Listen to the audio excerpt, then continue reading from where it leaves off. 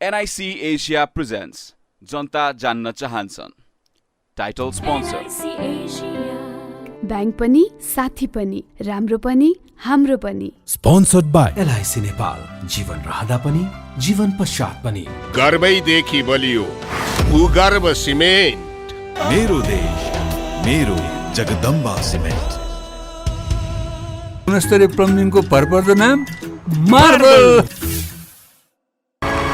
The British College, more than a college. Red blue energy drink सर्वत्र बजारमा उपलब्ध छ। राष्ट्रको शान किसान लिकेजको no tension. Pinnacle Academy, Lagankhil, Lalitpur, 25 years of excellence. KB Sam डुबाल ब्रान्ड हाम्रो सामान हाम्रै स्वाभिमान। Learning Realm International LRI School, Kalanki, Kathmandu.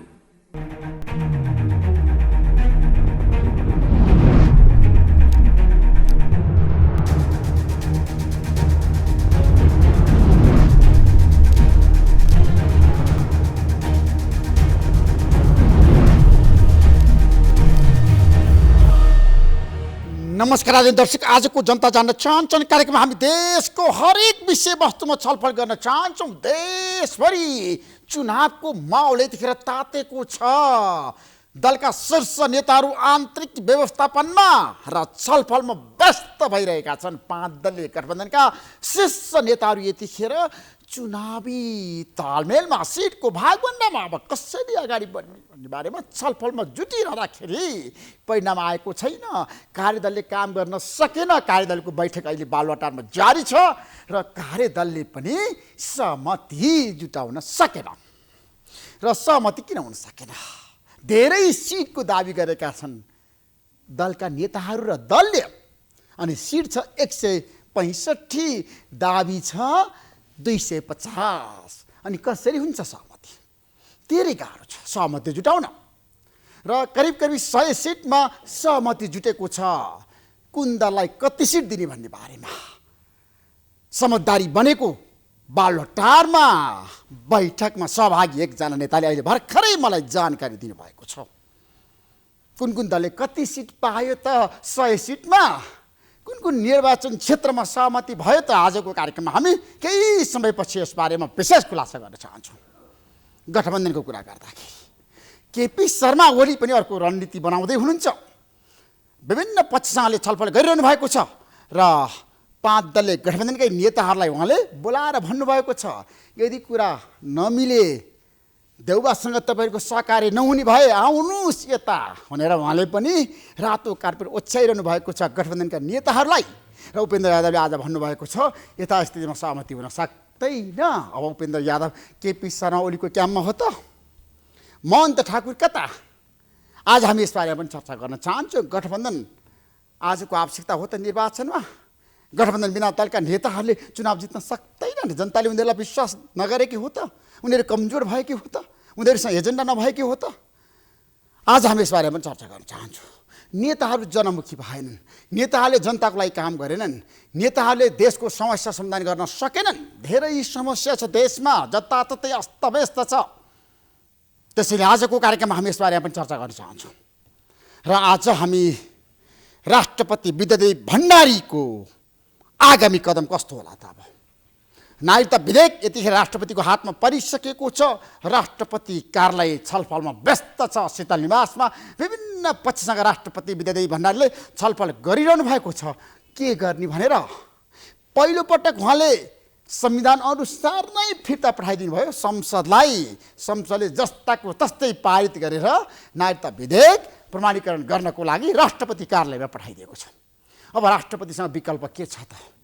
राष्ट्रपतिले प्रमाणीकरण गर्ने कि राजीनामा दिने कि अथवा अन्य कुनै विकल्प तयार पार्ने, अथवा राष्ट्रपतिले माविको प्रस्ताव पेश गर्ने? तर हामीलाई राष्ट्रपतिका राजनीतिक सल्लाहकारको महत्त्वपूर्ण खुलासा आएको छ। उहाँले भन्नुभएको छ अब राष्ट्रपतिले राजीनामा पनि दिनुहुन्न, राष्ट्रपतिले प्रमाणीकरण पनि गर्नुहुन्न, राष्ट्रपति माविको प्रस्ताव पेश गर्न तयार हुनुहुन्छ। तर सरकारले पठाएको नागरिकता विधेयक अब राष्ट्रपतिले प्रमाणीकरण नगर्ने घोषणा गर्नुभएको छ। अब के होला त? मुलुक मुठभेडतिर जान लागेको हो? राष्ट्रपति मुठभेडको मुडमा हो? राष्ट्रपति नागरिकता विधेयक फिर्ता गर्नुभयो भने अथवा राष्ट्रपति कार्यालयमा राखिदिनु भयो भने के हुन्छ अवस्था? ऐन कानुन र संविधानको कुरा गर्दा संविधानको संरक्षक यो देशको अभिभावकले कस्तो भूमिका निर्वाह गर्ने त? जताततै प्रश्नहरू खडा भएका छन्।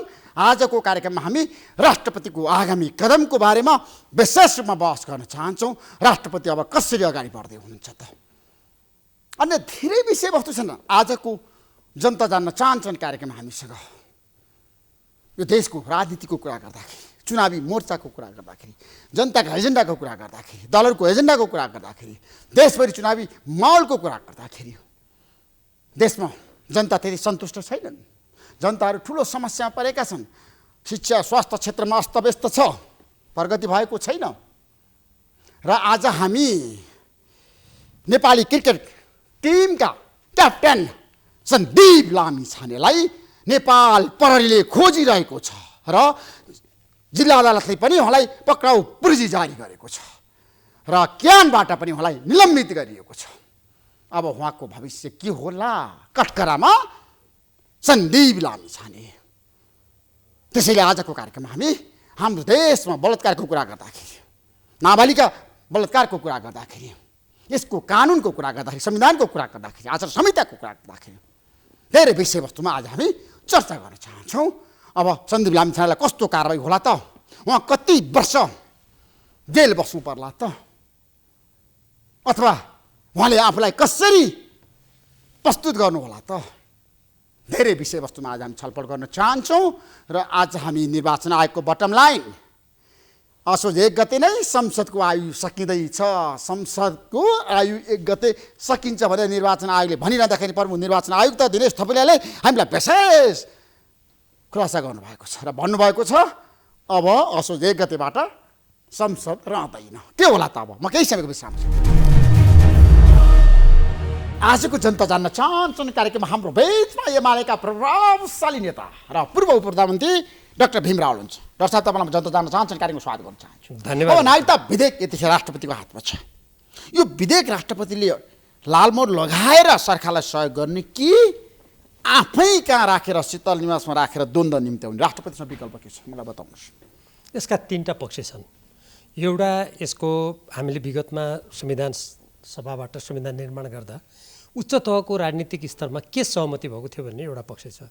दोस्रो, हामीले संविधानमा के लेख्यौँ भन्ने पक्ष छ। तेस्रो, हामीले राज्य व्यवस्था तथा सुशासन समितिबाट पारित गरेर के ल्याएका थियौँ भन्ने र अनि अहिले के भइरहेछ भन्ने यसका तीनटा पक्षहरू छन्। जहाँसम्म यी तीनटा पक्षको सन्दर्भमा तपाईँको प्रश्न छ, राष्ट्रपतिले संसदलाई एकचोटि फिर्ता पठाइसकेपछि फेरि संसदले पठाउँदाखेरि संविधान त राष्ट्रपतिले फेरि त्यसलाई फिर्ता पठाउने व्यवस्था छैन, संविधानमा छैन। तर यहाँ राष्ट्रपतिले किन न्यू खोजिरहनु भएको छ त? सरकारलाई किन असहयोग गरिरहनु भएको छ? होइन, त्यो राष्ट्रपतिले त म त न्यू खोजेको केही पनि देख्दिनँ। छलफल गरिरहनु भएको छ? किनभने सरकारले विधेयक पारित गराएर दिइसकेपछि त्यसलाई उहाँले लालमोहर लगाउनु पर्दैन? लालमोहर लगाउनु त 15 दिनभित्र तहको अधिकार होइन। 15 दिन संविधानको कुरा गर्दाखेरि डाक्टर रावल 15 दिनभित्र पनि ऋषि होइन। त्यो लालमोहर लगाउने राष्ट्रपतिलाई समय 15 दिनको दिएको छ। 15 दिन किन कुर्नु पर्यो? अब त चुनाव लाग्यो। होइन, मान्छेलाई अधिकार दिएपछि मान्छे माहौल छ। हेर्नुहोस्, जब त्यो नागरिकता विधेयक संविधान निर्माण गर्ने बेलामा पनि नेपाली पुरुषसँग विवाह गर्ने विदेशी महिलाहरूको हकमा 5 देखि 7 वर्ष गर्ने भने त अहिलेका यी नेताहरू सबैले स्वीकार गरेको हो त। त्यति बेला संविधानमा आगो लगाउने पार्टीका दलका नेताहरू बाहेक अरू यो काङ्ग्रेस कम्युनिस्ट सबैले त स्वीकार गरेको हो त। म त नागरिकताको त्यो मसौदा गरेर सबभन्दा बढी बहस गर्ने मसौदा समितिको सदस्य हुँ नि। अनि त्यति बेला एउटा कुरा। दोस्रो, राज्य व्यवस्था र सुशासन समितिले 22 महिना लगाएर त्यत्रो ठुलो रकम खर्च गरेर अनि त्यो प्रतिवेदन संसदमा आइसकेपछि अहिले जो बहुमतको दुहाई दिनुभएको छ त्यो बहुमतबाट पारित थिएन, अनि त्यसलाई फाल्न मिल्छ? त्यसैले नेता मान्नुपर्छ राष्ट्रपतिले। संसदले नागरिकता विधेयक पारित गरेको हो, तपाईँ मान्नुहुन्छ? राष्ट्रिय सभा प्रतिनिधि सभाले राज्य व्यवस्था समितिले पारित गरेको सरकारले माने? राजनीतिमा छ नि आज किन हाम्रो देशमा द्वन्द्व विवाद नागरिकतालाई लिएर किन राजनीतिकरण? यो द्वन्द्व विवाद राजनीतिकरण होइन। यो होइन, नेपालको तपाईँ सुन्नुहोस्, नेपालमा नागरिकताको सम्बन्धमा जहिले पनि यसलाई बल्झाउने काम तिनीहरूले गरेका छन् जसले जनसङ्ख्याको राजनीतिबाट नेपालको अस्तित्वलाई समाप्त गर्न खोजेका छन्। तपाईँ हेर्नुहोस्, 9 साल हेर्नुहोस्, 36 हेर्नुहोस्, 46 साल हेर्नुहोस्, के भयो म तपाईँलाई एउटा महत्त्वपूर्ण जानकारी तपाईँको यो लोकप्रिय कार्यक्रम मार्फत आदरणीय सम्पूर्ण नेपाली जनतालाई जानकारी गराउन चाहन्छु। जब 2046-47 सालको परिवर्तन भयो त्यति बेला यी नेताहरूमध्ये कतिपय जीवितै पनि हुनुहुन्छ। त्यहाँ छलफल के भयो भने अब हामीले यो जुन जन्मको आधारमा नागरिकता दिने कुरा हो 36 साललाई एउटा रेखा खिच्ने भन्ने कुरा भयो हो। पछि उहाँहरूले सत्ताको लोभमा विभिन्न दबावमा आएर ल नसकिने भयो अब 46 साल भन्नुभयो। त्यो 46 साललाई फेरि बढाएर 63 सालमा आएर 63 सालमा बढाइयो। त्यसलाई पछि 65 साल बनाइयो। अहिले के गर्यो सरकारले सायद नेपाली जनतालाई थाहा छैन होला, रातारात राज्य व्यवस्था सुशासन समितिको प्रतिनिधिलाई मिल्काएर त्यसलाई ल्याएर 73 साल बनाइयो।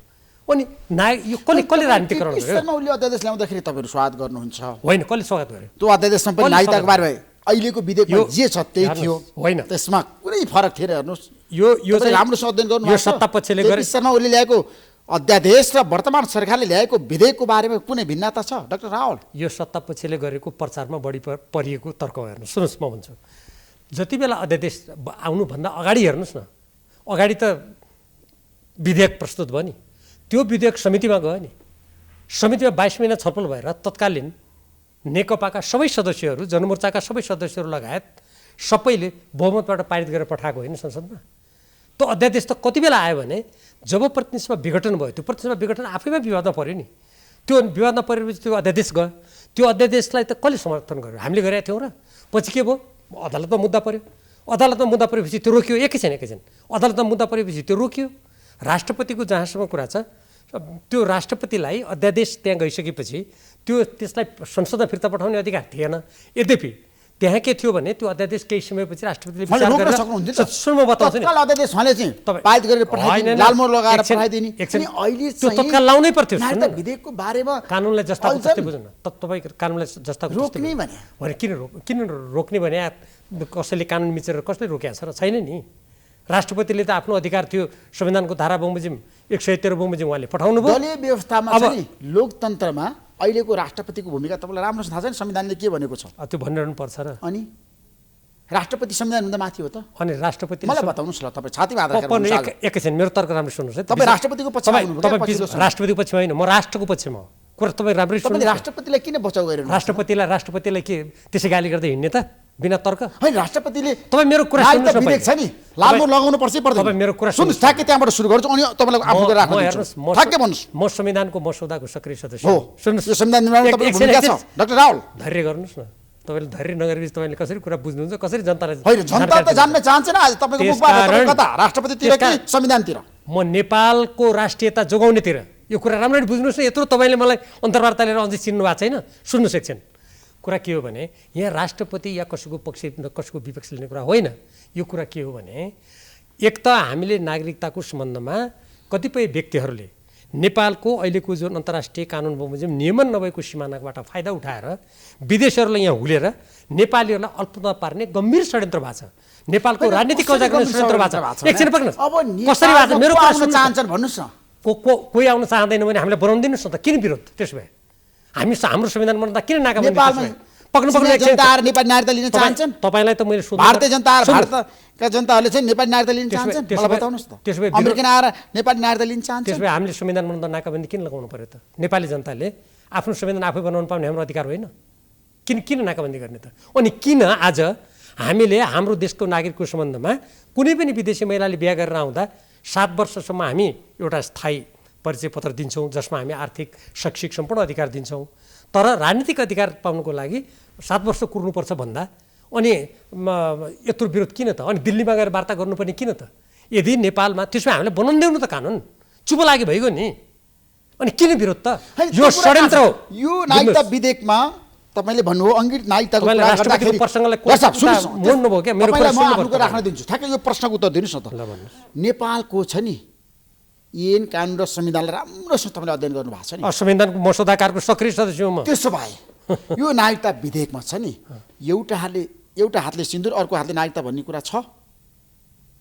तपाईँ प्रश्न गर्नुहोस्, म देऊला जवाफ। कहाँ लेखेको छ मलाई बताउनुहोस् त। अब तपाईँले बडा तत्कालै नागरिकता पाउने कुरा कहाँ लेखेको छ? जस्तो बिहा गरेर आउने बित्तिकै नेपाली पुरुषले महिलालाई विवाह गरेर भित्र्याउने बित्तिकै नागरिकता दिने कुरा कहाँ लेखेको छ? अब सुन्नुहोस्, देखाउनुहोस् मलाई। तपाईँले हाँसउठ्दो कुरा गर्नुभयो। सुन्नुहोस्, नेपालमा विवाह गरेर आउने विदेशी महिलाले नेपालमा तत्काल दरखास्त दिन पाउँछन् नागरिकताको लागि र त्यो सामान्य प्रक्रिया गरेर उनले नागरिकता पाउँछन्। जुन एक हातमा नागरिकता एक हातमा सिन्दुर भनेको त्यो प्रतीकात्मक रूपमा भनिएको हो। किनभने भारतमा हाम्रा चेलीहरू बिहा गरेर गएपछि नागरिकताको लागि निवेदन दिन 7 वर्ष कुर्नुपर्छ, मालदिप्समा 12 वर्ष कुर्नुपर्छ, बङ्गलादेशमा 3 वर्ष कुर्नु धैर्य गर्नु सक्छन्। भुटानको त झन् लामो प्रक्रिया छ। अमेरिका बेलायतमा त्यहाँको राजकुमारसँग बिहा गरेर आउनेले 3 वर्ष कुर्नु पर्यो। बुझ्नुहोस् कुरा, नागरिकता भनेको देशको स्वाधीनता, स्वतन्त्रता, पहिचानसँग गाँसेको विषय हो। यसरी नेपाल जस्तो काहीँ नागरिकता पाएका हाम्रो देशमा आऊ संसारको कुनै पनि देशले भन्दैन। त्यसमा भारतले किन भन्दैन, त्यत्रो शक्तिशाली देशले? चीनले किन भन्दैन, अमेरिकाले किन भन्दैन? नेपालमा यो दबाब दिनुको कारण के हो भने जनसङ्ख्याको राजनीतिबाट चिरकालमा नेपालको अस्तित्वलाई समाप्त गरिदिने। त्यसकारण तपाईँ राष्ट्रपति पक्षको जुन तपाईँले भन्नुभयो नि, म नेपालको राष्ट्रिय स्वाधीनताको पक्षमा हो। यो स्वाधीनताको पक्षमा उभिँदा अहिले अब राष्ट्रपतिमा जाउँ। अघि तपाईँले उठाएको कुरा त्यो प्रश्न त हुनु पऱ्यो नि। राष्ट्रपतिबाट आफ्नो अधिकार बमोजिम संविधानको धारा 113 अनुसार उहाँले एकपटक संसदमा फिर्ता पठाउनु भयो। संसदले फेरि त्यसलाई पारित गर्यो कानुन बमोजिम, तर त्यो जबरजस्ती गरिएको थियो। तपाईँ भन्नुहोस् 45 जना सांसदहरूले 95 संशोधन हाल्दा समितिमा पठाउनु पर्दैन छलफलको लागि? कि यो लोकतन्त्र के को समय? अनि यत्रो वर्ष पर्खेर मिल्ने, अनि अहिले संसदको अवधि सकिन्छ भने नेपाली जनतालाई नागरिकता चाहिँदैन? नेपाली जनतालाई नागरिकता दिएको छैन अहिले? चुनावमा मतदान गर्नको लागि चाहिँ जनताहरू समस्या पर्न सक्छ। अनि के अहिले नागरिकता दिएछ? म सुन्नुहोस्, एउटा म माग गर्छु, एउटा गम्भीर माग गर्छु। जजसले आज थुप्रो मान्छे, लाखौँ मान्छे नागरिकता पाएका छन् भने म यहीँबाट नेपाल सरकारका प्रधानमन्त्री शेरबहादुर देउवा, यो गठबन्धनका प्रमुख नेताहरू जसले दिल्लीमा गएर नागरिकताको वार्ता गरेर आउनु भएको छ, पुष्पकमल दाहाल प्रचण्डजीलाई समेत, म यहीँबाट भन्न चाहन्छु, यदि नेपालमा लाखौँ मान्छे त्यस्ता नागरिकता पाएका छैनन् भने एउटा निष्पक्ष, उच्च स्तरीय, शक्तिशाली कमिटी बनाऊ। ती नागरिकता नपाउने कोही रहेछन् अनुसन्धान गरौँ न। अनि आजसम्म नागरिकता जसले लिएका छन् एकैछिन पक्नुहोस्, अहिलेको नागरिकतालाई अद्यावधि गरेर कसले कृत्रिम यो पछि विदेशीले नागरिकता अनियमित ढङ्गले लिएका छन् अनुसन्धान गरौँ न। किन तयार नभएको त सरकार? त्यता नजाउँ। एकछिनमा राष्ट्रपतिकै कुरामा तपाईँले टुङ्गिनु दिनु भएन क्या। उहाँले संविधानको धारा 113 बमोजिम एकचोटि फिर्ता पठाउनु भयो। त्यो आएपछि उहाँले त्यसलाई अब फिर्ता पठाउनु सक्नुहुन्न। सुन्नुहोस्, तर उहाँलाई 15 दिनको समय छ होइन? अहिलेको यो विधेयक जुन प्रमाणीकरण गर्नलाई 15 दिनको समय छ। अब जब 15 दिन पछिसम्म उहाँले राख्नुभयो भने तपाईँले प्रश्न उठाउन सक्नुहुन्छ। राष्ट्रपतिले 15 दिन राख्दा पनि तपाईँ कि उहाँ संविधानभन्दा माथि भनेर तपाईँ प्रश्न गर्नु होला। त संविधानले दिएको अधिकारसम्म त्यो समयावधिभित्र राख्दाखेरि कसरी संविधान मिचिन्छ? उहाँले फिर्ता पठाइसकेपछि फेरि पारित भएर गएको छ नि त होइन? विधेयकमा कुनै फरक छैन। पहिला जे थियो अहिले पनि त्यही छ, जस्ताको त्यस्तै पारित भएर गएको छ नि। विधेयकको बारेमा छलफल गर्नुपर्छ राष्ट्रपतिले, होइन? सुन्नुहोस्, फेरि परामर्श लिनुपर्छ। तपाईँलाई एउटा प्रश्न गर्छु। राष्ट्रपति सक्रिय हुन लाग्नु भएको राजनीतिमा तपाईँलाई के लाग्छ? तपाईँलाई एउटा महत्त्वपूर्ण कुराको म जानकारी गराउँछु। संसदमा गृहमन्त्रीजीले बोल्दाखेरि के भन्नुभयो भने अरू मन्त्रीजीहरूले पनि भन्नुभएको छ, सत्तापक्षले भनेको छ, यो नागरिकताको सम्बन्धमा विदेशी महिलाले नेपाली पुरुषसँग बिहा गरेर आउने विषयमा राष्ट्रिय सहमति नभएको हुनाले हामीले ल्याउन सकेनौँ भन्नुभयो। अनि अहिले उहाँहरूले ल्याएको कुरामा राष्ट्रिय सहमति छ त?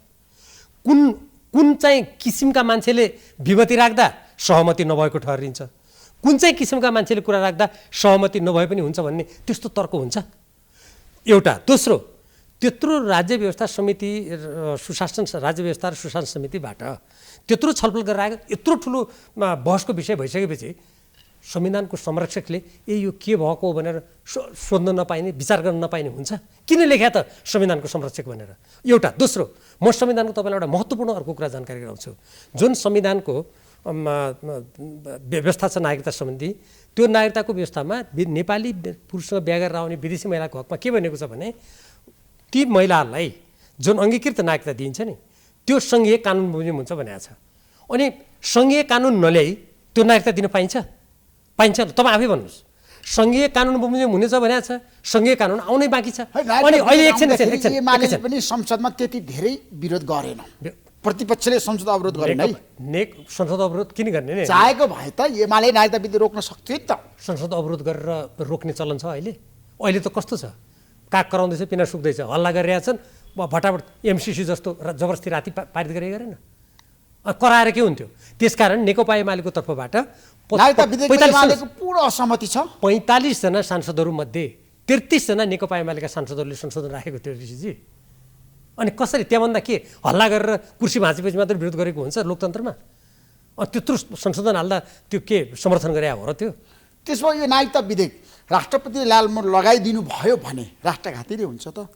होइन, हेर्नुहोस्, यस्तो पक्ष छ। कुनै पनि देशले संसारमा हेर्नुहोस्, सबभन्दा पहिले त्यसका प्रधानमन्त्री, मन्त्री, त्यहाँका नागरिकहरू के गर्छन्? सबभन्दा पहिले आफ्नो देशको हित हेर्छन्, आफ्नो देशको सुरक्षा हेर्छन्, आफ्नो देशको दीर्घकालीन अस्तित्व, अस्मिता, स्वाभिमान र प्रतिष्ठाको लागि उनीहरूले सोचेका हुन्छन्। सबै देशले, भारत, चीन, हाम्रा वरपरका छिमेकी सबैले आफ्नो देशको हित नागरिकतासँग गाँसेर हेर्ने। अनि नेपालीहरूलाई के भन्ने भने सीमाना पनि अन्तर्राष्ट्रिय कानुनअनुसार नियमन नगर। अनि अर्को देशको प्रधान सेनापतिले आएर यो देशमा सम्मानार्थ प्रधान सेनापति बनाऊ। अनि नेपालीहरूलाई गोर्खा भर्ती गरेर 4 वर्षको लागि भाडाका सिपाही बनाऊ। अनि नेपालका जनशक्ति जति पनि जनस्वास्थ्य छन् त्यसलाई बेलायतलाई उहाँ जनशक्ति चाहियो अरे। 2 दिनमा रिपोर्ट आएको, बेलायतमा रिपोर्ट प्रकाशित भएको 2 दिनमा ल बेलायत आपूर्ति गर। के मानव बेचबिखनमा विरुद्ध दिवस मनाउनु भने होइन अस्ति सरकारले? यो सरकार मानव बेचबिखन गरिरहेछ अहिले। सबै जनशक्तिलाई बाहिर पठाउन सम्झौता गर्ने भने के हो त्यो? त्यसकारण यस्तो गर्नुहुन्न बनायो हाम्रो नागरिकता विधेयकको बारेमा। जसरी अहिले बहस जारी छ होइन, अब संसदले पारित गरिसकेपछि मेरो प्रश्न कहाँनिर भन्दाखेरि राष्ट्रपतिले रोक्न मिल्दैन भन्ने संविधानमा पुरो त छ नि। तपाईँले मैले कहाँ मिल्छ भने पाउनु भएको छ नि संविधानको स्थितिलाई तपाईँले अध्ययन? मैले मिल्दैन त म भनिरहेको छु त।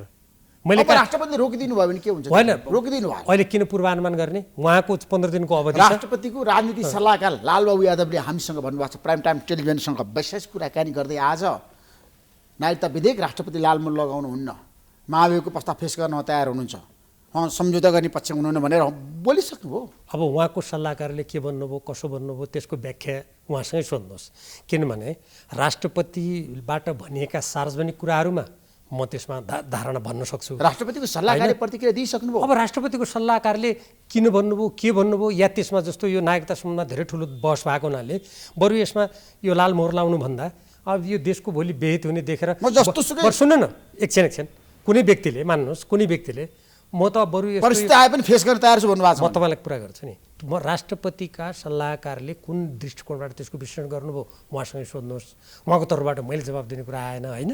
तर कहिलेकाहीँ मान्छेले के हुन्छ भने साँच्चीकै जस्तो मैले संसदमा गरेँ नि एमसिसीमा होइन, मेरो पार्टीका त्यहाँ नारा जुलुस लगाइरहेको थिएँ नि, मैले मानेन नि।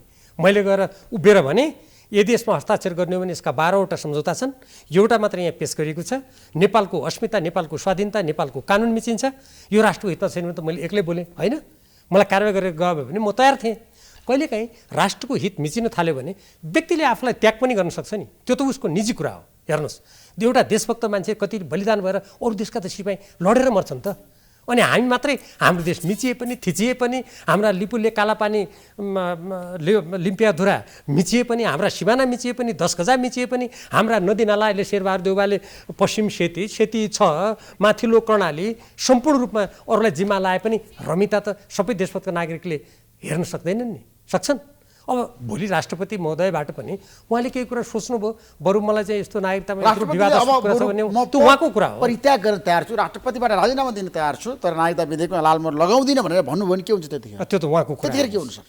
मैले राष्ट्रपतिको तर्फबाट मैले कसरी बोल्ने ऋषिजी, त्यो त उहाँको कुरा हो नि। मैले तपाईँलाई भने जस्तो भनौँ कुनै व्यक्तिले मेरो देशको सिमाना बेचियो भने म सिमानामा गएर कुनै बलिदान गर्न पनि तयार छु भनेर कसैले भन्यो भने त्यो त त्यो व्यक्तिको देशभक्तिको उसको भावनाको कुरा हो। गृहमन्त्री बालकृष्ण खानले मसँग भन्नुभएको छ नागरिकता विधेयक भनेको नागरिकता विहीन जनताको लागि हो, यो अनागरिकको लागि। अनुसन्धान गरौँ नि त भने नेपाल सरकारले गठन गरोस्, ल सर्वदलीय कमिटी बनाओस्, त्यसमा विज्ञहरू राखोस्, त्यस्ता नागरिकता नपाएका ती कोन पहिचान गरौँ न त। किन नमानेको सरकारले? म तयार छु। ल नेपालमा साँच्चीकै नागरिकता पाउनु व्यक्तिले हाम्रो कानुनबाट, हाम्रो देशको राष्ट्रिय दृष्टिकोणबाट हामीले दिनुपर्ने, यदि कुनै व्यक्तिले नागरिकता पाएको रहेनछ भने नागरिकता उसले तत्काल पाउनुपर्छ भन्नेमा हाम्रो विवाद होइन। नेपालले नागरिकता पाउनुपर्छ। तर नेपाल जस्तो एउटा यस्तो भूराजनीतिक स्थितिमा भएको, हेर्नुहोस् 2023मा भारत संसारको सबभन्दा बढी जनसङ्ख्या भएको देश हुँदैछ, अहिले चीन छ। त्यस्ता देशको बिचमा हामी सारा ढोका विदेशलाई खोल्न सक्छौँ त? तपाईँलाई कस्तो लाग्छ? अमेरिका खोल्न सक्दैन, त्यत्रो शक्तिशाली मुलुक, रुसले खोल्दैन, चीनले खोल्दैन, भारतले के भन्यो? आसाममा सुन्नुहोस्, आसाममा भएका 40 लाखहरूलाई त्यहाँ अनागरिक ती राज्यविहीनहरूलाई नागरिकता दिनुपर्छ भन्दा भारत सरकारले के गर्यो त्यति बेला आन्दोलन हुँदा? म दिन्न भनिदियो। को कराउनु गयो त होइन शीर्ष गयो नेताको कोही? भनाइ छ हाम्रो देशमा नागरिकताको बारेमा धेरै किसिमको छन् तिग्रम हुन थाल्यो तिग्रम होइन वितण्डा हुन थाल्यो। नेपालले तिग्रम गरे होइन ती व्यक्तिहरूले त्यसरी तिग्रम गरिरहेका छन् नागरिकताको बारेमा जो विदेशीहरूलाई यहाँ बढी हुल्लो चलखेल खोज्छन् तिनले भयो। तिग्रम तपाईँ गरिरहेका छन्। मान्नुहुन्छ नि त्यसरी नागरिकता भनेको नेपाली छ नि आज नेपालीले नै पाउने हो नि त होइन नेपालले पाउनेमा त कसको विवाद छ त अनि किन विवाद त विदेशीलाई दिन थाले तपाईँलाई थाहा छैन कुन कुन देशका जनताले नागरिकता पाउँछ यो विधेयक 35-36 सालले आइसकेपछि बताउनुहोस्। 35-36 सालदेखि अहिलेसम्म मलाई बताउनुहोस् न कुन कुन सुन्नुहोस् देशका मान्छेले पाउँछ नागरिकता अब कहाँ यो नेपालमा विधेयक पारित भयो भने सुन्नुहोस्, राष्ट्रपति लालमोहन लगाउनु अस्ति तपाईँले भर्खर सुन्नुभयो गृह मन्त्रालयको त्यो एउटा तथ्याङ्क तपाईँले नै प्रस्तुत गरे तपाईँ बिर्सिनुभयो तपाईँले कति देशको उच्चारण गर्नुभएको थियो त्यहाँ म सुनिरहेको छु नि समाचार मैले पछि फोन पनि गरेको थिएँ तपाईँको फोन उठेन त्यहाँ कति देशको तपाईँले नै उच्चारण गर्नुभएको छ नि मलाई सोध्ने हाम्रो चिन्ता के हो भने हेर्नुहोस् नेपाल जस्तो देशले आज भुटानले हेर्नुहोस् त आफ्नो नागरिकता कति कडा गरेको छ जबकि भुटानको स्थिति कस्तो छ हामीलाई थाहा छ नि अनि नेपाल जस्तो मुलुकले आफ्नो देशको दीर्घकालीन अस्मिता जोगाउनुको लागि नेपालीलाई हामी तत्काल नागरिकता दिउँ त्यसमा मेरो पूर्ण समर्थन छ बरु नेपालीले कहाँ कहाँ नागरिकता पाएको छैन कसले विदेशीले पाएको छ त्यसको खोजी गरौँ भन्दा किन मान्दैन त सरकार यदि सरकारको नियत राम्रो हो नेपाली जो छन् वास्तविक नेपाली उनीहरूले पाउनुपर्छ विदेशीले हुँदैन भनेर हामीले माग गर्दा अनि त्यो खोजी गरौँ भन्दा किन मान्दैन वंशजको आधारमा चाहिँ सबैले नागरिकता पाउनुपर्छ होइन वंशज तपाईँहरूको मात्र भनाइ। होइन वंशज मात्रै होइन सुन्नुहोस् वंशज त एउटा पो हो दोस्रो हामी कहाँ के छ भन्दाखेरि बिहा गरेर भारतबाट मात्रै आउँदैनन् नि आज त हेर्नुहोस् लाखौँ नेपालीहरू अरू देशमा पनि छन् नि कतिपय मान्छेलाई दिमागमा कस्तो परेको छ भने बिहा गरेर भारतबाट मात्रै आउँछ नि भारतको मात्रै कुरा गरे भन्ने परेको छ होइन आज संसारको विभिन्न ठाउँबाट आउँछन् नि जहाँ तपाईँले नै अस्ति समाचारमा भन्नुभएको थियो सम्झाउनुहोस् कति देशबाट यहाँ महिला आएको तपाईँले भन्नुभएको तथ्याङ्क त्यसैले गर्दा जुनसुकै देशबाट आउन् जसरी अरू देशले आफ्नो देशको नागरिक बन्नको लागि देशप्रतिको भक्तिलाई खोज्छ अमेरिका जस्तो शक्तिशाली मुलुकमा हेर्नुहोस् के गर्छ नागरिकता दिने बेला शपथ लिनुपर्छ त्यहाँको भाषा सिकेको हुनुपर्छ यो मेरो देश महान भनेर उसले त्यहाँ प्रशिक्षण लिनुपर्छ अनि नेपाल जस्तो मुलुकले नागरिकता भनेको हुन्छ नि मकै र भटमास बाँडे जस्तो गर्न सक्छ त्यो माग गर्न उचित हो अनि त्यो नगरौँ वास्तविक नेपालीलाई नागरिकता दिउँ विदेशीको लागि ढोका नखोल्नु तर बिहा गरेर आउने महिलालाई पनि नदिउँ कसले भनेको छ हामीले के भनेको छौँ भने उनीहरूलाई राज्य व्यवस्था सुशासन समितिले पनि त्यही भनेको छ उनीहरूलाई परिचय पत्र दिने होइन स्थायी आवासीय त्यसबाट शिक्षा स्वास्थ्य अरू सबै सुविधा दिने तर राजनीतिक रूपमा जब 7 वर्ष पुरा हुन्छ अनि अङ्गीकृत नागरिक अगाडि बढ्ने भन्दा यहाँ कुरा के हो तुरुन्तै आउने तुरुन्त सांसद हुने तुरुन्त मन्त्री हुने अनि नेपालको नाम फेर्नुपर्छ नेपालको झन्डा फेर्नुपर्छ अनि नेपालको नागरिकता अरूको लागि खोल्नुपर्छ नेपालका नदीनालाई विदेशीलाई बुझाउनुपर्छ त्यो हुँदै आएको छैन नेपालमा त्यसको विरोध हो यहाँ भएको डाक्टर साहब त्यसो एउटा अर्को गम्भीर प्रश्न ठिक छ अब राष्ट्रियताको बारेमा नागरिकताको बारेमा हाम्रो देशमा जहिले पनि विवाद भइरहन्छ किनभने राष्ट्रिय सहमति हामीलाई गरेको होइन यो विवाद म पक्कै तपाईँलाई स्पष्ट पार्छु 9 सालदेखि आजसम्म हेर्नु भने नेपालले विवाद सुरक्षा नीतिमा, होइन राष्ट्र नीतिमा यो नेपालीले विवाद गरे होइन राष्ट्रिय सहमति भएको छ। यो विवाद कसले गरे थाहा छ दलहरूले आफ्नै इन्ट्रेस्ट जसले सुन्नुहोस् जसले हाम्रो देशको सत्तामा पुग्नको लागि छ नि तपाईँहरू विदेशीलाई भर्याङको रूपमा प्रयोग गर्नुहुन्छ नि म त त्यस्ता व्यक्तिको निन्दा गर्न चाहन्छु म त्यसैको विरुद्ध लडिरहेको छु सत्तामा पुगेर मन्त्री प्रधानमन्त्री बन्नको लागि तपाईँहरू छ नि मित्र राष्ट्रहरूको सहयोग लिनुहुन्छ नि तपाईँहरू नभन्नु ऋषिजी कतिपय नेताहरू भन्नुहोस् न देशका नेताहरू देशका कतिपय नेताहरू भन्नुहोस् न सबका सब त्यस्तो गरिरहेछन् म आफै त्यसको विरुद्ध लडिरहेको छु मेरो एउटा लडाइँ त्यसको विरुद्ध पनि हो मैले आफ्नो पार्टीभित्र जहिले पनि नेपालको संविधानलाई सर्वोपरि राखौँ राष्ट्रिय हितलाई सर्वोपरि राखौँ जसरी भारत चीन अमेरिका बेलायत अरू देशका मन्त्रीहरू सांसदहरू सबभन्दा पहिले आफ्नो देशको कुरा गर्छन् हामी कहाँ तपाईँले अघि भन्नुभएको जस्तो एउटा बाहिरबाट कोही आयो भने अनि त्यसमा पङ्क्तिबद्ध भएर जाने उनीहरूले जे भने टाउको निहुराउने हुँदा शेरबहादुर देउबाजीले केही समय अगाडि भारतका प्रधानमन्त्रीको भ्रमणको बेला भारतको विद्युत सम्बन्धी भिजनमा नेपालका जलाशययुक्तदेखि सारा योजनाहरू भारतको इच्छामा गरे भनेर सही ठोकेर आउनुभयो यहाँ कहाँ छलफल भयो कुन संसदमा छलफल भयो के उहाँले गएको निर्वाचनमा त्यो काम गर्छ भने जनताको जनादेश लिएर आउनुभयो उहाँ यो त हामीले म तपाईँ पनि भन्छु तपाईँको पनि योगदान छ त्यसमा अस्ति केही समय अगाडि राज्य साझेदारी कार्यक्रम अमेरिकाको जुन उटा राज्यसँग गर्नु खोजेको थियो नेपाली देशभक्त जनताले सञ्चार माध्यमदेखि सबैतिर आवाज उठाएको भए नेपालमा अहिले अमेरिकी सैनिक अखाडा आइसक्थ्यो अनि यो सरकारलाई त्यो गर्ने छुट छ अनि यही कुरा नागरिकताको कुरा पनि यस्तै हो नागरिकतामा आफ्नो देशलाई बचाउने हेर्नुहोस् त तपाईँ कुनै देशमा जानुहोस् अध्यागमन कति कडा हुन्छ अनि हामी के गर्दैछौँ खुला अन्तर्राष्ट्रिय कानुन बमोजिम सीमाना नियमन गरौँ भन्दा पनि छ नि भिआइपी कक्षमा अपराधीहरू आउँछन् त्यसप्रति त आपत्ति हो, त्यसैप्रतिको आपत्ति हो। अनि मुस्लिम आयोगको अध्यक्ष सलिम अनुसारले लिएर आउनु भएको होइन, त्यो अध्यागमनमा तपाईहरुले त्यतातिर ध्यान दिनु भएको किन म त तपाईहरु बोल्नुहुन्छ, किन नबोल्नु? म तपाईकै पार्टीको नेता होइन, एमालेको। हेर्नु, एमाले गरोस् कि जुनसुकैले गरोस् त्यो काम निन्दनीय छ। र तर म एउटा प्रश्न गर्छु, अध्यागमनबाट त्यस्तो व्यक्ति, त्यस्तो खालको अभिलेख भएको व्यक्तिलाई अनि यो सरकारले के हेरेर रमिताएर बस्छ? के काम गर्छ? सरकारको पहिलो कर्तव्य भनेको राष्ट्र र जनताको सुरक्षा गर्नु। हेर्नुहोस्, राष्ट्रको स्वाभिमानको रक्षा गर्ने हो, राष्ट्रको सिमानाको रक्षा गर्ने हो। किन राज्यको उत्पत्ति भयो भन्नुहोस् त? जब राज्यको सिमानाको रक्षा गर्नुपर्ने भयो, जनताको रक्षा गर्नुपर्ने भयो, अनि राज्यको उत्पत्ति त्यसरी भएको छ नि। अनि के गरेर बस्नु भएको छ शेरबहादुर? के गरेर यो राज्य चलेको छ त? अनि केवल खालि बाहिरकोलाई खुसी गर्ने अनि यहाँ सैनिक अभ्यास गर्ने। मैले त्यसैले भनेको छु, सबै प्रकारका सैनिक अभ्यास बन्द गर। नेपाललाई शान्ति क्षेत्र घोषित गर्नुपर्छ। नेपालले युद्ध लड्नुपर्ने छ कसैसँग? त्यसो भए राजा वीरेन्द्रको पथमा भीम रावल।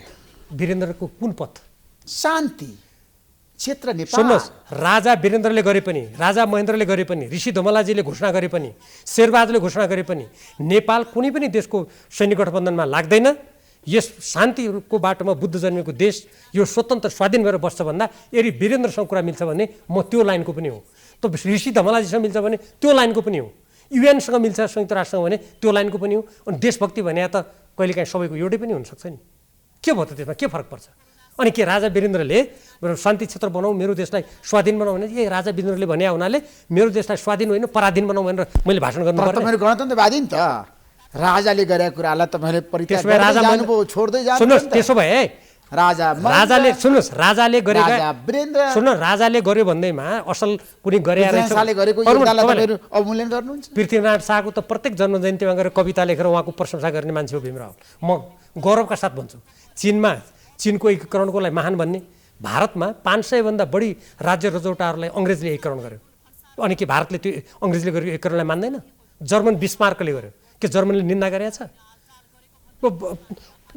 अरू देशले जहाँ त्यति बेला त तरवारको शासन हुन्थ्यो, अनि निन्दा गरेका छन् कसैले? आफ्नो राष्ट्र एकीकरण गर्ने व्यक्ति पृथ्वीनारायण शाह त महान हुनुहुन्छ नि, म भन्दै आएको छु। अनि त्यस्तै गरेर अरू राजाले भन्नुहोस्, ल कसैले राजमार्ग बनायो, त्यसो भए राजाले बनाएको राजमार्ग भनेर अहिले के डुजर लाएर भत्काउने? त्यसैले शान्ति क्षेत्रको कुरा भनेको असमान सन्धि राजाहरुको शालिग त तपाईले ढाल्नु भयो नि त, हाल्दिनु भयो, भत्काइदिनु। कसले भत्कायो? त्यो भत्काउनेहरूलाई सोध्नुहोस् न। भत्काउनेले त देशका मन्दिर पनि भत्कायो, देशका इतिहास पनि भत्कायो। आज विश्वविद्यालयमा जानुहोस् त, आज शेरबहादुर देउबाजी अस्ति चाहिँ विश्वविद्यालयलाई एकदम उत्तम केन्द्र बनाउने भन्नुहुन्थ्यो। उहाँका नेविसङ्घका कार्यकर्ताहरूले तालचा लगाएको विश्वविद्यालय कति भयो? म पढ्ने बेलामा हेर्नुहोस्, विश्वविद्यालय कति महिना भयो तपाईलाई थाहा छ? कति वर्ष भयो? मैले संसदमा उठाएँ यो कुरा। म हेर्नुहोस्, विश्वविद्यालयमा पढ्दा राजनीति शास्त्र विभागमा म पढेको, कतिवटा मलाई गौरव लाग्थ्यो। आज हेर्नुहोस्, 3 वर्षमा 300 दिन बन्द छ। त्यही त आज सुन्नुहोस्, आज अवस्था छ, कुनै पोलिटिकल पार्टी बोल्दैन। तपाईले यो प्रश्न शेरबहादुर देउबाजीलाई गर्नुहोस् न, शिक्षा मन्त्रीलाई गर्नुहोस् न। मैले त चलाएको छैन। मैले गृहमन्त्री हुँदा प्रधानमन्त्री शेरबहादुर देउबाले चलाउन सक्नुभयो नेविसङ्घलाई। तपाईलाई कतिको सम्झना छ? मैले गृहमन्त्री हुँदा एक दिन पनि कुनै पनि ठाउँमा ताल चलाउन दिनु मैले। तपाईलाई सम्झना छ कि छैन? 2 घण्टाभित्र खोलिदिन्थेँ म, 2 घण्टाभित्र आफै हेर्थेँ। अनि के खेलटट्टा हो? त्रिभुवन विश्वविद्यालय उत्तम केन्द्र बनाउने रे, अङ्ग्रेजी बोल्छ भन्छ सेन्टर अफ एक्सिलेन्स, नेपालीले नपुगेर। यसै गरी विश्वविद्यालयलाई वर्षभरि तालचा लगाएर त्यो गाई बस्तु राख्ने जस्तो बनाएर हुन्छ उत्तम केन्द्र? आज त्रिभुवन विश्वविद्यालयका विभागहरूमा विद्यार्थीहरू छैन। यो धराशायी कसले गरायो? गरौँ न, अनुसन्धान गरौँ ल। यदि मैले गरेको छ भने म नेपाली जनता अगाडि उभिएर माफ मागुला। अनि शेरबहादुरजी 5 चोटि प्रधानमन्त्री भएर उहाँले गराउने यही हो, आफ्ना कार्यकर्ता पठाएर विश्वविद्यालय बन्द गराउने। यो कुरालाई नागरिकतासम्म किन जोड्छु भने जसरी यी कुराहरू गैरजिम्मेवार ढङ्गले गरिँदैछ, नागरिकताको सम्बन्धमा पनि राष्ट्रिय हितलाई सर्वोपरि राखेर आफ्नो देशको दीर्घकालीन सुरक्षालाई ध्यानमा दिएर चीन र भारत जस्तो देशमा छौँ है, बिचमा हामी विचार गरौँ भन्ने कुरालाई ध्यान नदिएर नदीनाला पनि जिम्मा लगाइदिने, नागरिकता पनि सब खुला गरिदिने, सुरक्षा खतम, अर्थतन्त्र खतम, कानुन व्यवस्था खतम। अनि आज तपाईँकै रेडियोबाट प्रसारण भइरहेछ 41.7% आज ऋण छ नेपाललाई। अनि तपाईँ हेर्नुहोस्, हुँदा पर्यावरणको लागि पनि आज बिहान मैले बहसै गरेँ। त्यो त सुन्नुहोस्, पर्यावरणमा पनि ऋण लिँदैथ्यो सरकार। जबकि हेर्नुहोस्, जलवायु परिवर्तन यो देश बन्न सकेन, जलवायु परिवर्तन त तहस-नहस भयो।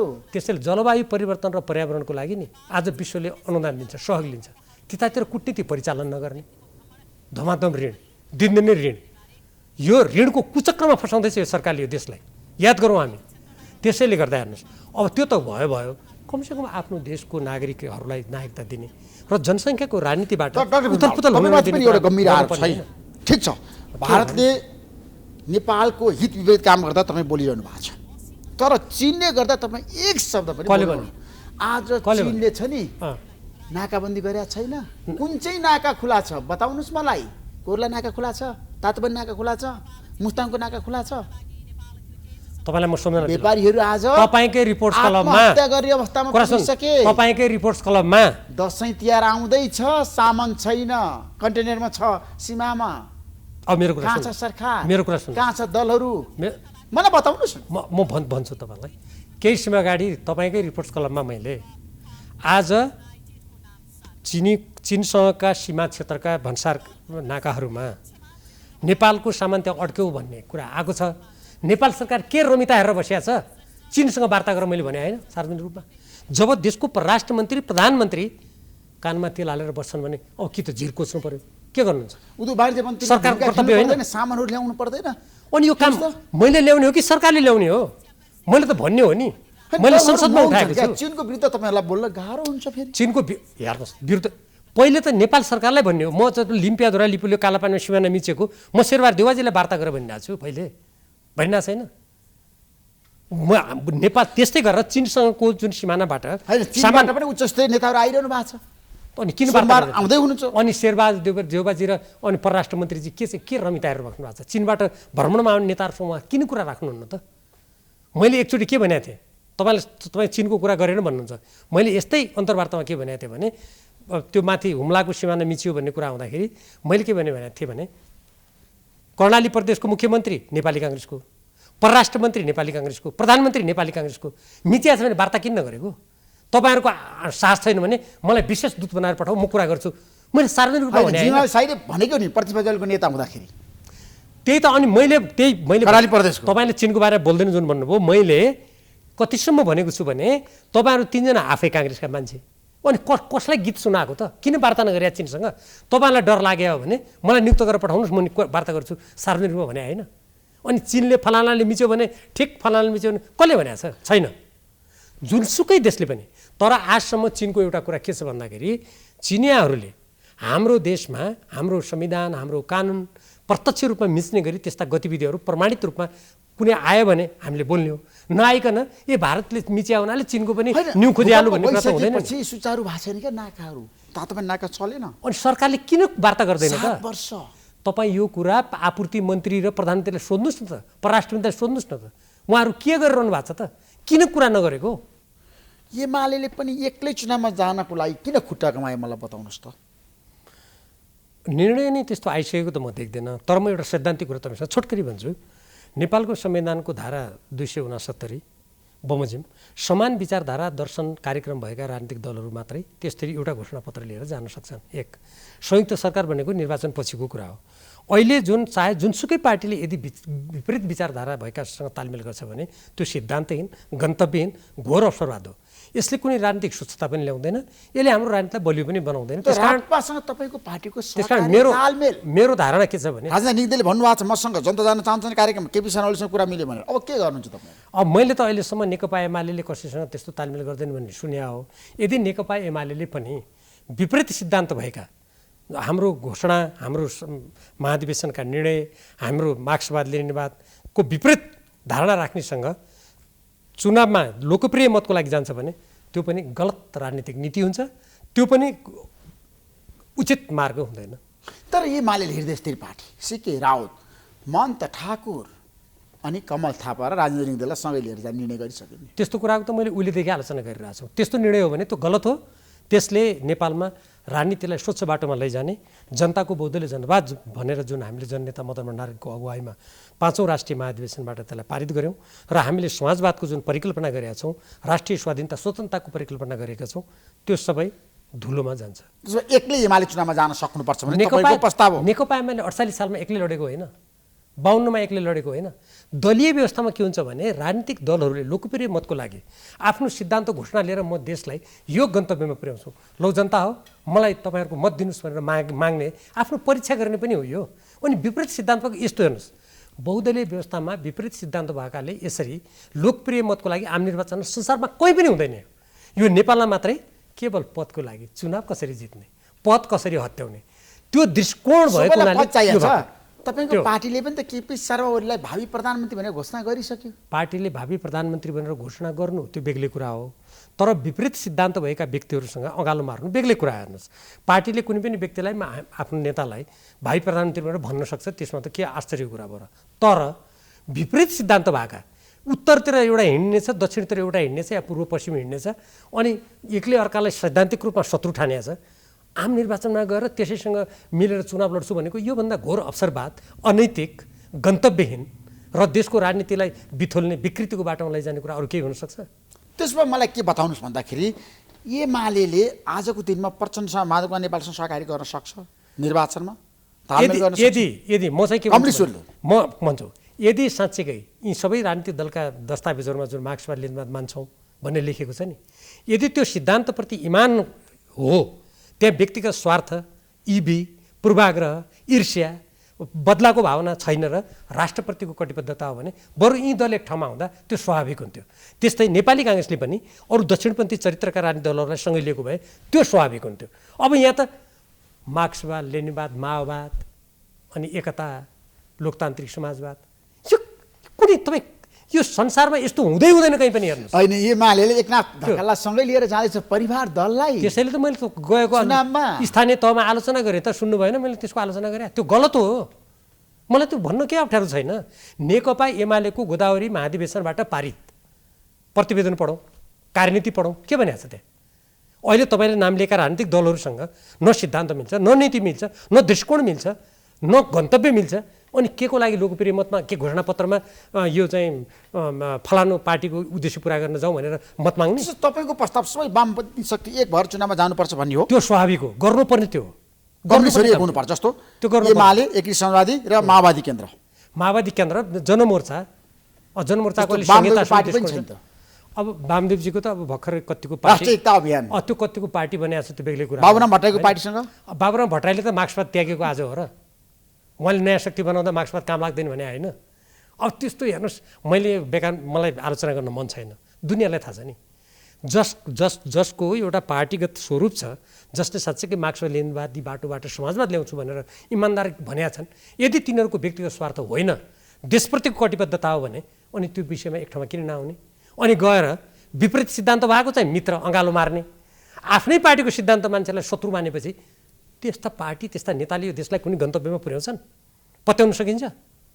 त्यसो डाक्टर साहब, एउटा गम्भीर प्रश्न है, कानुनी कुरा गर्न चाहन्छु। तपाईँ संविधान निर्मातामध्ये एकजना पनि हो, तपाईँले संविधान मसौदा समितिमा बसेर काम पनि गर्नुभयो। हाम्रो देशमा बलात्कारको घटना हत्तै बढ्यो। धेरै मलाई प्रश्न सोधिदिनु डाक्टर भीमरावलाई भनेका छन्। पछिल्लो समय सेलिब्रिटीहरू पनि फन्दामा परे। पल्सा 2.5 वर्ष कैद सजाय भोगिरहनु भएको छ, नवलपुर जिल्ला अदालतले निर्णय गरिसक्यो। तपाईँले हेर्नु भएको छ नि। त्यसपछि अर्को आयो सन्दीप लामिछाने, त नेपाली क्रिकेट टिमको क्याप्टेन आज बलात्कारको मुद्दामा हेर्नुहोस्, नाबालिकालाई बलात्कार गरेको कुरामा। हाम्रो देशको ऐन र कानुन र संविधानमा चाहिँ यो 18 वर्ष राख्नु हुँदैन नाबालिकालाई भनेर जुन किसिमको बहस अहिले सुरु भएको छ, तपाईँ के भन्नुहुन्छ? हेर्नुहोस्, यो के छ भने आफ्नो देशको परिवेश अनुसार जस्तै यस्ता घटनाहरू एक त दुःखद घटनाहरू हुने हेर्नुहोस् होइन, तर कुनै व्यक्तिले अपराधिक क्रियाकलाप गर्छ भने त्यो त कानुनको दायरामा त आउनै पर्छ, कुनै पनि व्यक्ति। तर देशका अलिकति चर्चित व्यक्तिहरू, एउटा सम्मानित ठाउँमा देशलाई योगदान गर्ने व्यक्तिहरूका त्यस्ता घटना भयो भने त्यो दुःखको कुरा हो। तर अब कानुनको उल्लङ्घन गर्यो भने त कानुनको दायरामा आउनुपर्छ। जहाँसम्म बिहा गर्ने उमेरको कुरा छ नि, अब यो उमेर नाबालिकाको कुरा, सुन्नु न, यो उमेरको कुरामा 16 वर्ष राख्नुपर्छ, 15 वर्ष राख्नुपर्छ, पहिले 18 वर्ष थियो, धेरै भयो भनेर भनिन्छ। पहिले 18 वर्ष थियो क्या, अहिले 20 वर्ष बनाइयो। अब यो एउटा अध्ययनको विषय चाहिँ भएको छ, किनभने मैले पनि गाउँघरमा जाँदाखेरि नि अब हाम्रो परिवेश कस्तो छ भन्नुहुन्छ भने हाम्रो समाजको अरू, हाम्रो मात्रै होइन अरू देशमा पनि अब 18 वर्ष भनेको करिब त्यो अलि उमेर एउटा युवामा प्रवेश गरिसकेको अवस्था त्यो हुन्छ। अब त्यसले गर्दाखेरि कतिपय ठाउँमा के भइरहेको छ भने अब चाहे महिला हो, चाहे पुरुष होस् होइन, चाहे केटा होस् केटी होस्, अब उनीहरू सबै दृष्टिकोणले बिहा गर्नुपर्ने दिशातिर अगाडि बढिरहेका हुन्छन्। अनि यो 20 वर्ष र 22 वर्षको यस्तो 20-21 वर्षको यो अवधिले गर्दा मैले यो तराईबाट विभिन्न ठाउँबाट जनताहरूले यो अलिकति उमेर बढी भयो हाम्रो सामाजिक परिवेशमा, यसले गर्दाखेरि झनै विकृति ल्याउन सक्ने खतरा बढ्यो भनेर मान्छेहरूले भनेका छन्। तर अब मैले यसलाई फ्याट्ट यत्तिकै यसको अध्ययन नगरिकन, यसको सामाजिक प्रभाव, यसका कानुनी प्रभावहरू सबै नहेरिकन मैले फ्याट्ट यसै भन्न सक्ने कुरा त भएन। तर यो बहसको विषय, यो बहसको विषय बनाएको छ। उमेरको हदको कुरा गरेको मैले, यसलाई कति पार्ने क्या, विवाहको कुरा गर्दाखेरि कति वर्ष बनाउने, नाबालिकाको कुरा कति राख्ने, मैले त्यही कुरा तपाईँलाई भने त।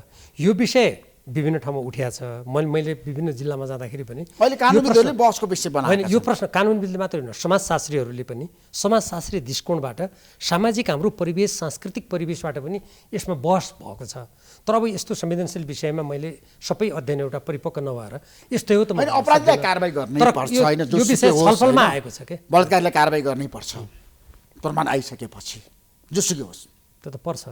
त्यसो भए अर्को एउटा गम्भीर विषयमा हामी समरीमा आज बहस गरौँ। अग्निपथको बारेमा तपाईँको चाहिँ आपत्ति किन? यो साह्रै महत्त्वपूर्ण कुरा तपाईँले गर्नुभयो। हेर्नुहोस्, नेपालले जब अङ्ग्रेजहरूसँगको लडाइँ गर्यो, सुगौलीमा जुन सन्धि भयो नि, त्यो युद्ध हारिसकेपछि 3000 नेपालीहरू जो युद्धबन्दी थिए, अन्तर्राष्ट्रिय कानुन र त्यो बेलाको पनि युद्ध सम्बन्धी सामान्य नैतिकता, आचरण, अनुशासन अनुसार युद्धबन्दीलाई जबरजस्ती आफ्नो सेनामा काम गर नत्र मारिदिन्छु भन्न पाइँदैन। त्यसरी गोर्खा भर्ती सुरु भयो भने कति अपमानजनक तरिकाले सुरु भएको रहेछ हो। त्यो राणाकालमा उति बेलाको त निरङ्कुश व्यवस्था सुरु भयो।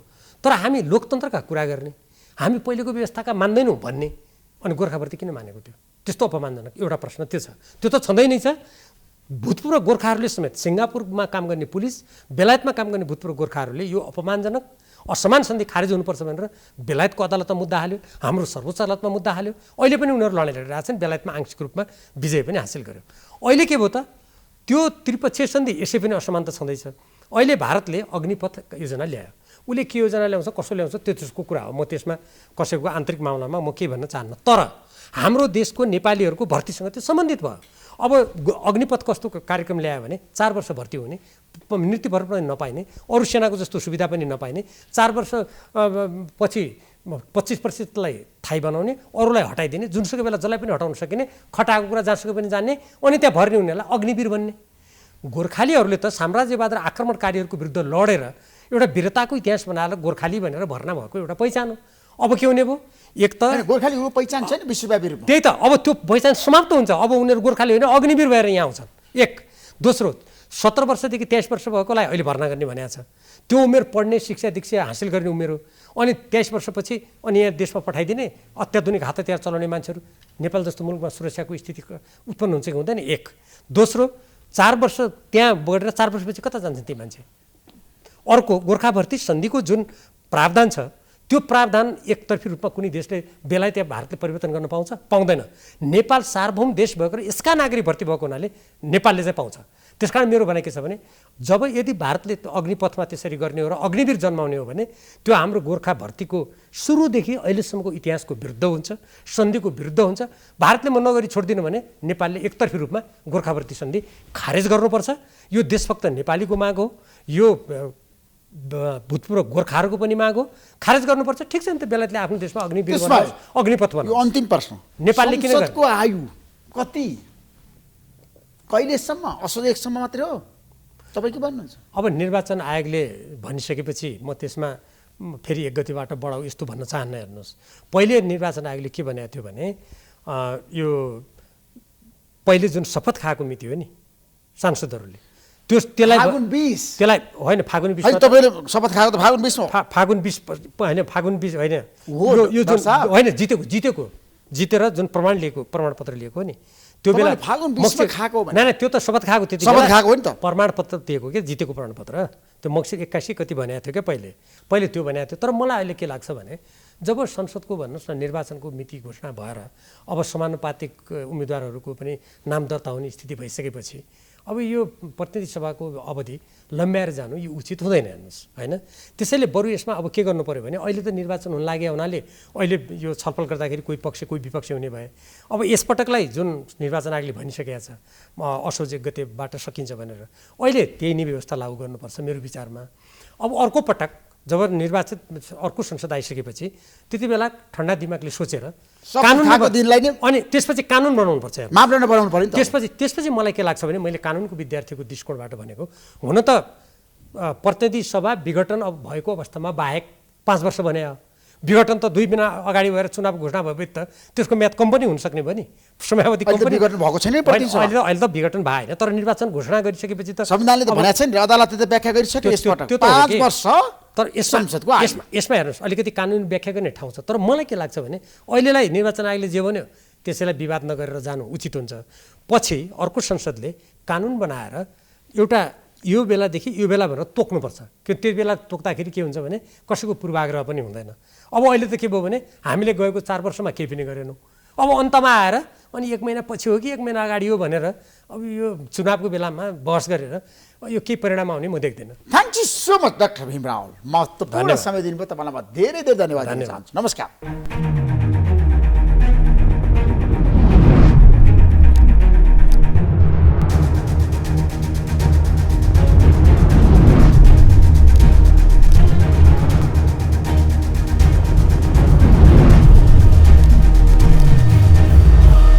NIC Asia presents जनता जान्न चाहन्छन् टाइटल स्पोन्सर ब्याङ्क पनि साथी पनि राम्रो पनि हाम्रो पनि स्पोन्सर्ड बाई LIC नेपाल। जीवन रहँदा पनि जीवन पश्चात पनि गर्वैदेखि बलियो भूगर्भ सिमेन्ट। मेरो देश मेरो जगदम्बा सिमेन्ट। गुणस्तरीय प्लम्बिङको भरपर्दो नाम marble. The British College. More than a college. Red blue energy drink सर्वत्र बजारमा उपलब्ध छ। अस्ट्रोको सान किसान। लिकेजको no tension. Pinnacle Academy, Lagankhil, Lalitpur. 25 years of excellence. KB Sam डुबाल ब्रान्ड हाम्रो सामान हाम्रै स्वाभिमान। Learning Realm International LRI School, Kalanki, Kathmandu.